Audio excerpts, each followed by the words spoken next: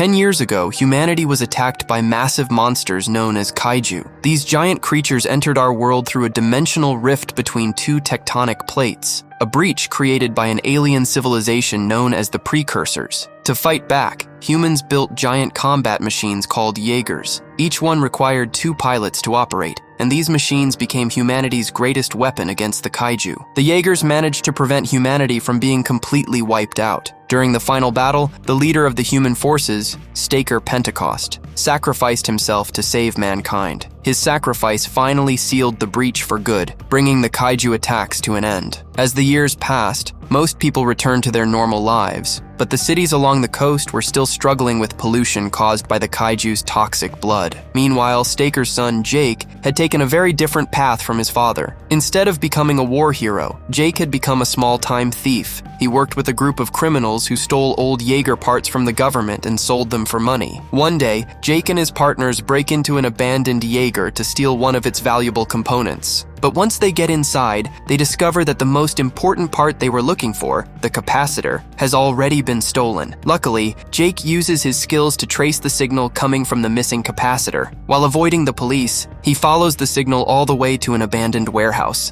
And that's where Jake discovers something completely unexpected. Inside the warehouse is a small Jäger built from old, discarded parts. Jake barely gets a chance to inspect the machine before he's suddenly attacked, but Jake quickly manages to overpower his attacker. That's when he realizes the attacker isn't some dangerous criminal. It's actually a young girl named Amara, and she was the one who built the little Jäger herself. Jake is thrilled by his discovery. To him, this machine looks like a treasure that could make him a lot of money, but Amara refuses to let him take it. Before they can argue any further, they suddenly hear police vehicles approaching. The authorities have tracked them down and are already closing in on the warehouse. Amara immediately jumps into her Jäger. She calls the machine Scrapper. She starts it up and tries to escape, but Jake climbs inside with her and insists that he should be the one to pilot it. Amara isn't interested in listening. Instead, she takes control of Scrapper and crashes straight through the building's wall, breaking out into the open. For a moment, Amara thinks they've escaped, but then a massive Jäger appears right in front of them. It's November Ajax. The giant machine orders them to shut down and surrender immediately. Amara raises her hands, making it look like she's finally giving up. But then, without warning, she throws several grenades onto the ground. A thick cloud of gas quickly spreads through the area, blocking the police from seeing their exact location. Amara uses the confusion to make her next move. She transforms Scrapper into a compact ball and sends it rolling rapidly across the ground, putting as much distance as possible between them and November Ajax. Eventually, Scrapper rolls into a building and hides inside, but Jake knows they can't stay there for long, so he comes up with a dangerous plan. Jake and Amara somehow manage to grab onto November Ajax's arm and climb their way toward its head. Then Jake removes one of Scrapper's batteries. Using the electricity stored inside it, he delivers a powerful electrical shock to November Ajax. The massive Jäger is temporarily disabled. Amara immediately tries to get Scrapper out of there, but there's a problem. The battery is running low, and without enough power, Scrapper's speed begins to drop. That's all November Ajax needs. The giant Jäger reactivates and slams into Scrapper, sending the little machine crashing to the ground. Amara manages to get back up and tries to escape, but November Ajax uses its electrical cables to shock them again, stopping them in their tracks. And just like that, Jake and Amara are finally captured. They're taken away and placed inside a holding cell. A short time later, Jake is summoned to meet with a high-ranking officer. But when he enters the room, Jake is stunned by who he sees. It's none other than his adopted sister, Mako. Mako is extremely disappointed in Jake. She reminds him that Jake was once a Jäger pilot himself, but instead of continuing that life, he abandoned the military and chose a life of crime. Now Jake has only one way to avoid going to prison. Mako gives him one final chance. He must return to the Jäger Academy and help train a new generation of cadets. Amara is also sent to the academy for training. Soon, the two arrive at a Jäger training facility on a remote island in China. There, they meet Lambert. Lambert is a ranger and an old associate of Jake's, but he clearly doesn't like Jake. He mocks him for abandoning the military and choosing a life of crime instead. After that, Jake and Amara head toward the academy's main headquarters. And the moment they arrive, Amara is blown away by the massive collection of Jägers standing inside. The first machine they see is Titan Redeemer, equipped with an extremely dangerous spinning weapon. Then they see Bracer Phoenix, a powerful Jäger operated by 3 pilots at the same time. Next comes Saber Athena, considered the fastest Jäger in the human fleet. And finally, they see the Jäger that Lambert used to pilot, Gypsy Avenger. This powerful machine is equipped with a massive nuclear core war. After seeing the Jägers, Jake and Amara arrive at the cadet training facility, where Amara meets the other trainees. But because of her criminal background, the other cadets aren't exactly willing to accept her, and things only get worse once training begins. During the simulation, Amara repeatedly fails. She struggles to synchronize with the other pilots and has a hard time maintaining control of the Jäger. Her poor performance makes her look even weaker in front of the other cadets. Even Lambert begins questioning her abilities. He starts wondering why Amara was chosen for the academy in the first place. Meanwhile, Lewin, the owner of Shao Industries, arrives at the base with Mako and their lead scientist, Dr. Newton. In front of the military leaders, they present their newest technology, a fleet of automated Jägers that can be deployed much faster than machines controlled by human pilots. The biggest advantage is that these Jägers don't require years of pilot training. Instead, they can be controlled remotely, saving the military a huge amount of time and resources. But not everyone is happy about Lewin's proposal. If Jägers become fully automated, human pilots could eventually become completely unnecessary. Mako is especially worried about the technology. She fears that hackers could take control of the automated Jägers, and if this technology ever falls into the wrong hands, it could become an even bigger threat to humanity instead of protecting it. Because of this, Mako decides to vote against Shao Industries' proposal at the upcoming council summit. She wants Jake by her side, so Jake is assigned to accompany her and Gypsy Avenger as part of the security detail, making sure the summit doesn't turn into a riot or violent confrontation. Soon, everyone arrives in Australia for the council summit. Jake and Lambert sit inside Gypsy Avenger as they approach the protesters. But after spending years away from the Jäger program, Jake isn't as experienced as he used to be. When the aircraft lowers Gypsy Avenger toward the ground, Jake struggles to keep the massive machine balanced. Even his neural connection with Lambert isn't working properly. Meanwhile, Mako arrives by helicopter. But then something strange happens. All the birds in the sky suddenly begin flying in the same direction, as if they're trying to escape from something enormous. And moments later, a massive Jäger rises from the ocean. Its name is Obsidian Fury. This rogue Jäger immediately heads toward the city without showing any concern for the people below. Terrified civilians start running for their lives. Then, Obsidian Fury suddenly attacks Mako's helicopter. A missile barely misses the helicopter and continues straight toward Gypsy Avenger. Jake manages to dodge the attack at the last second, but the missiles slam into the buildings behind them, causing massive explosions. At the same time, the entire helipad of a nearby skyscraper begins breaking apart and collapsing toward the ground. Hundreds of people are suddenly in danger, but Gypsy Avenger moves in immediately. Jake and Lambert manage to catch the massive concrete structure before it crashes down on the civilians. In doing so, they save Lewin and countless other people nearby. That's when Mako notices something familiar about Obsidian Fury's power signature. She tries to tell Jake over the radio, but before she can explain, Obsidian Fury activates a powerful signal jammer. All communication between Jake and Mako is suddenly cut off. With no way to communicate, Gypsy Avenger launches an attack. Jake grabs the fallen helipad and uses it like a giant weapon, throwing the massive concrete structure straight toward Obsidian Fury. Then Gypsy charges after it, but Obsidian Fury responds with incredible speed. It slams into Gypsy Avenger and sends the massive Jäger flying backward. Then it follows up with a powerful uppercut that launches Gypsy through a building and high into the air. Obsidian Fury doesn't stop. It keeps attacking Gypsy Avenger, smashing it through buildings and destroying nearby structures with powerful blasts. Jake somehow manages to regain control of Gypsy and pulls out its massive sword, but Obsidian Fury has two deadly fire blades of its own. It begins attacking Gypsy at incredible speed with both weapons. Gypsy tries desperately to block the attacks, but Obsidian Fury completely dominates the fight. Then, finally, one of Obsidian Fury's attacks misses. Its blade gets stuck inside a building. Jake sees his chance. He activates Gypsy Avenger's elbow rocket and delivers a devastating punch. The attack sends Obsidian Fury crashing backward, but the rogue Jäger doesn't stay down for long. It immediately launches another barrage of missiles. Several buildings erupt into explosions, and one of the missiles strikes Mako's helicopter. The helicopter loses control and begins falling rapidly toward the ground. Seeing his sister in danger, Jake immediately activates Gypsy Avenger's powerful gravity sling. The weapon lifts several cars into the air around him. Jake then launches the cars at Obsidian Fury with everything Gypsy has. Multiple vehicles slam into the rogue Jäger at once, sending it crashing to the ground. But Jake doesn't have time to celebrate. His attention immediately turns to Mako's falling helicopter. He races toward it as fast as he can. Jake desperately tries to reach the helicopter before it hits the ground. Meanwhile, Mako manages to send one final message back to headquarters. Jake reaches out with everything he has and tries to catch the helicopter, but he's too late. The helicopter crashes into the ground. A massive explosion tears through the area. Jake watches the horrifying scene unfold right in front of him. Completely devastated, he runs toward the flames, screaming his sister's name. He refuses to accept that Mako is gone. At the same time, Obsidian Fury approaches the badly damaged Gypsy Avenger and prepares to finish it off. But then it detects other Jägers approaching. Staying would be too dangerous. So Obsidian Fury retreats and disappears back into the ocean. Mako's death leaves Jake completely broken. Later, Jake stands inside the Hall of Heroes, staring at Mako's picture and remembering everything they've been through. Then he hears strange noises nearby. Jake follows the sound and discovers Amara struggling to connect with a Jäger. She keeps trying, but she can't establish the proper neural connection. Jake decides to help.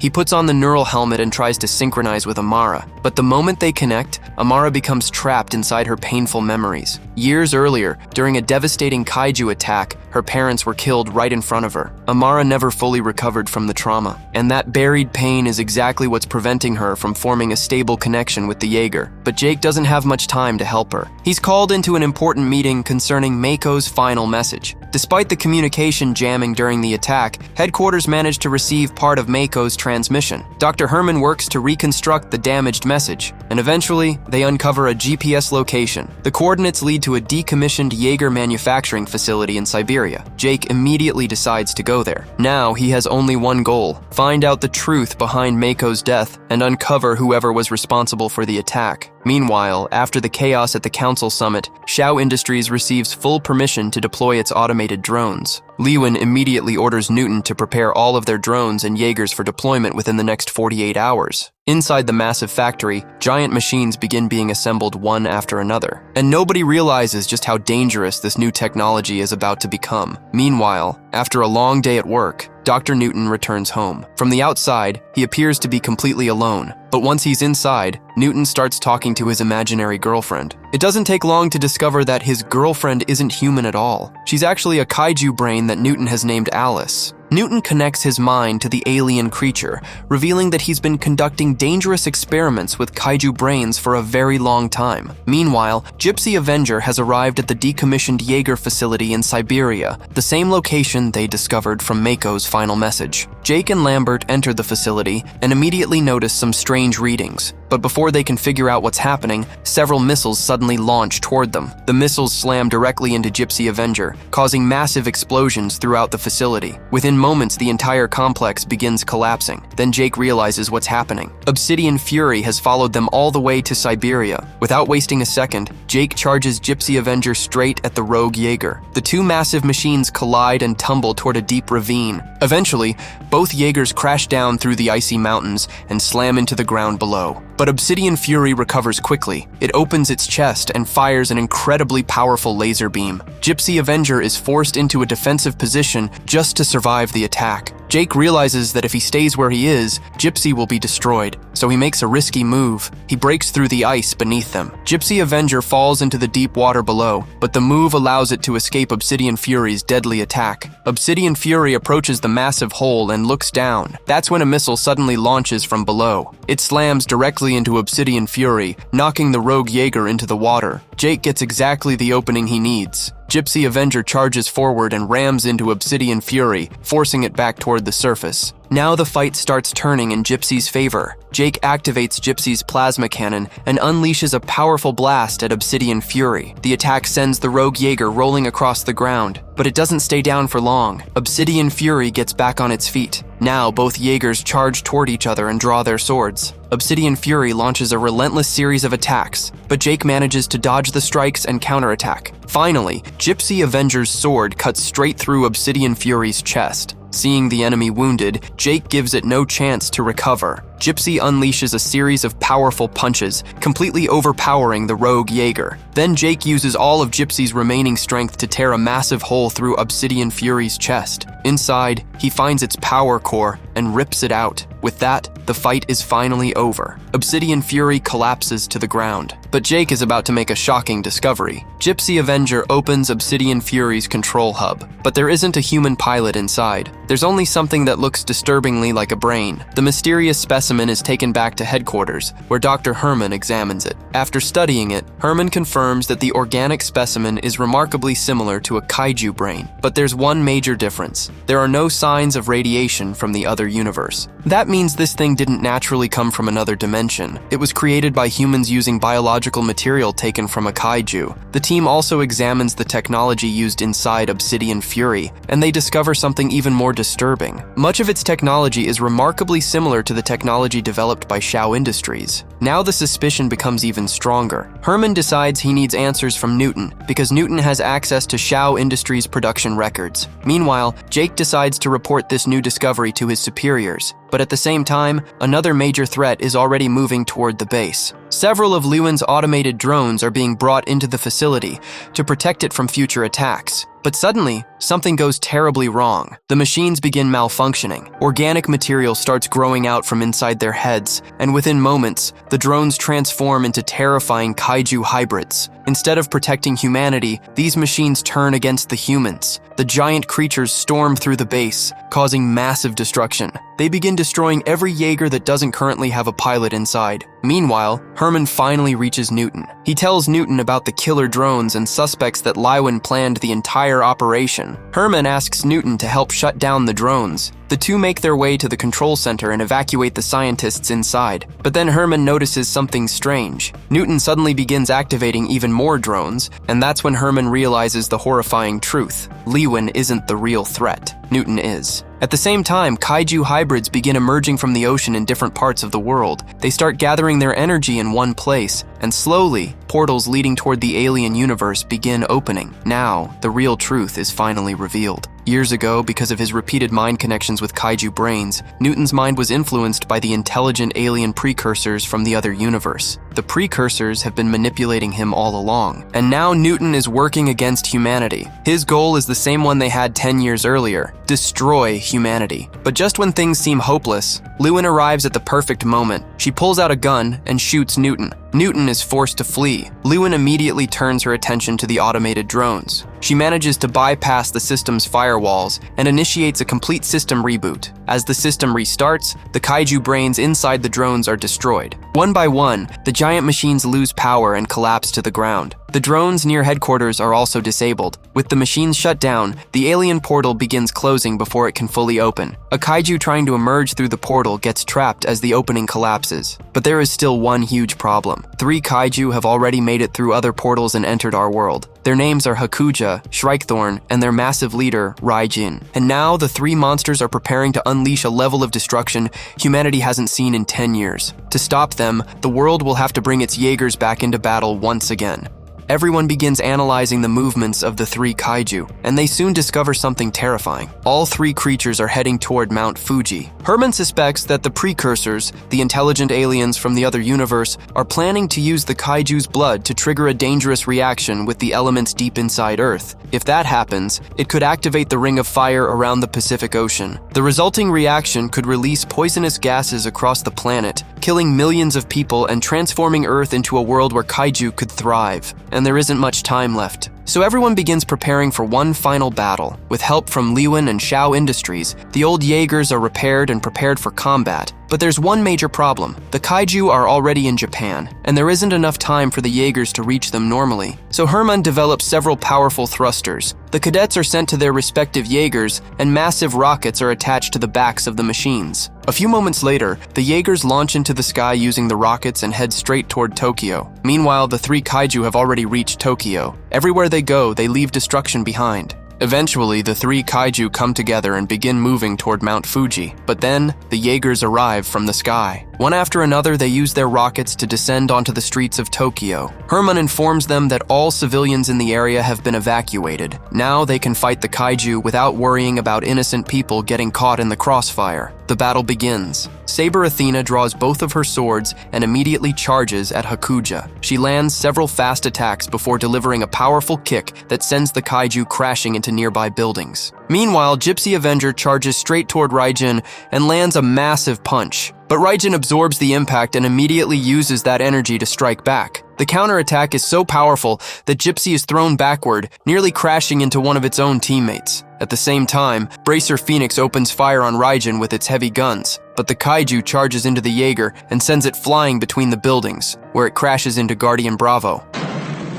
Gypsy Avenger then activates its gravity gun. The weapon lifts pieces of several nearby buildings and sends them crashing down onto Raijin. Huge chunks of concrete bury the Kaiju, but despite all that destruction, Raijin refuses to stay down. Then Hakuja suddenly tries to attack Gypsy Avenger, but Saber Athena intercepts it before it can reach its target. Athena delivers a powerful kick straight to the Kaiju's face, knocking it away from her teammate. Meanwhile, Shrikethorn attacks Athena. The Kaiju knocks away her weapons and then slams her against the top of a building. Bracer Phoenix immediately moves in to help. It unloads its guns on Shrikethorn, forcing the creature backward. Guardian Bravo also reaches Hakuja and pulls out its massive whip. It repeatedly lashes the Kaiju until Hakuja is finally knocked backward into the buildings. But only moments later, Hakuja disappears underground. Then it suddenly bursts out from behind Bracer Phoenix and tries to attack again. This time, the cadets see it coming. Bracer Phoenix opens fire with its cannons, forcing Hakuja back once again. Slowly, the Jägers begin gaining the upper hand against all three Kaiju. For a moment, it looks like humanity might actually win, but they have no idea that someone else is watching the entire battle from a distance. Newton activates several mechanical reptiles and sends them directly toward the Kaiju. The strange machines attach themselves to the creatures' bodies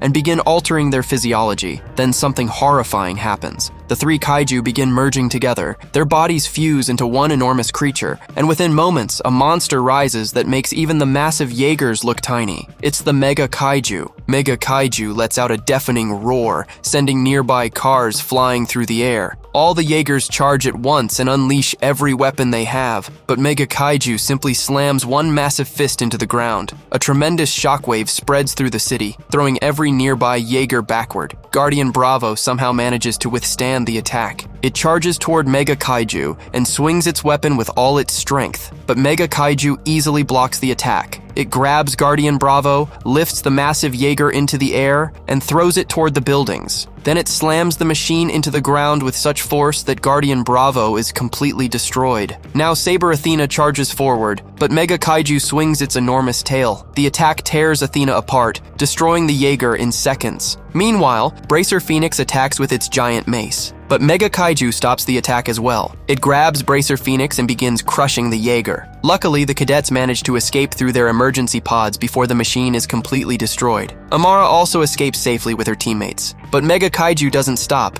It continues moving toward Mount Fuji. Then, suddenly, Gypsy Avenger emerges from between the buildings. Jake charges in and strikes Mega Kaiju with his sword, knocking the massive creature to the ground. Jake then fires Gypsy's plasma cannon, but Mega Kaiju swings its tail and delivers a devastating blow directly to Gypsy's head. The impact seriously injures Lambert and sends Gypsy crashing between the buildings. From a distance, Newton watches humanity's defeat and mocks them, but then something strange happens. Mega Kaiju looks directly at Newton, yet it doesn't attack him. Instead, it simply turns away and continues toward Mount Fuji. Now Jake has a major problem. Lambert is injured, and Jake no longer has another pilot to help him operate Gypsy Avenger. He can't properly control the Jäger alone. Then Amara arrives. She decides to join Jake and pilot Gypsy Avenger with him, but they're still missing one thing: a way to reach Mega Kaiju. That's when Lywin arrives. From the control center, she remotely takes control of Amara's small Jäger, Scrapper, and provides Gypsy with a powerful rocket. Now Gypsy has one final chance to reach Mega Kaiju. The rocket ignites. Gypsy Avenger is pulled forward at incredible speed, with Scrapper attached alongside it. The Jäger rises faster and faster until it reaches the upper atmosphere. But once they get there, the rocket begins running out of fuel. Gypsy starts falling back toward Earth. Jake detaches the rocket and aims Gypsy's plasma cannon directly at Mega Kaiju, because Jake has one final plan. He's going to turn Gypsy Avenger itself into a weapon and crash it directly into Mega Kaiju. But as Gypsy falls, the machine catches fire. Jake and Amara try to escape through the emergency pods, but a system malfunction traps them inside. They're running out of time. Then Scrapper uses its drill to break through Gypsy's damaged body and creates an escape route. Jake and Amara manage to get out. At the last possible moment, Scrapper separates itself from Gypsy. Meanwhile, Mega Kaiju has already reached the peak of Mount Fuji. Then, from high above, Gypsy Avenger comes crashing down at incredible speed, and it slams directly into Mega Kaiju. The collision creates a massive shockwave. Everything around the mountain is thrown into chaos. For a moment, it looks like Mega Kaiju has finally been destroyed, but then the enormous creature starts moving again. It struggles to get back on its feet. However, its body has suffered catastrophic damage, and finally, Mega Kaiju collapses for good. The threat is over. Jake and Amara have survived the devastating battle thanks to Scrapper's help. Once again, humanity has been saved. Sometime later, Newton is captured and imprisoned inside a secret facility.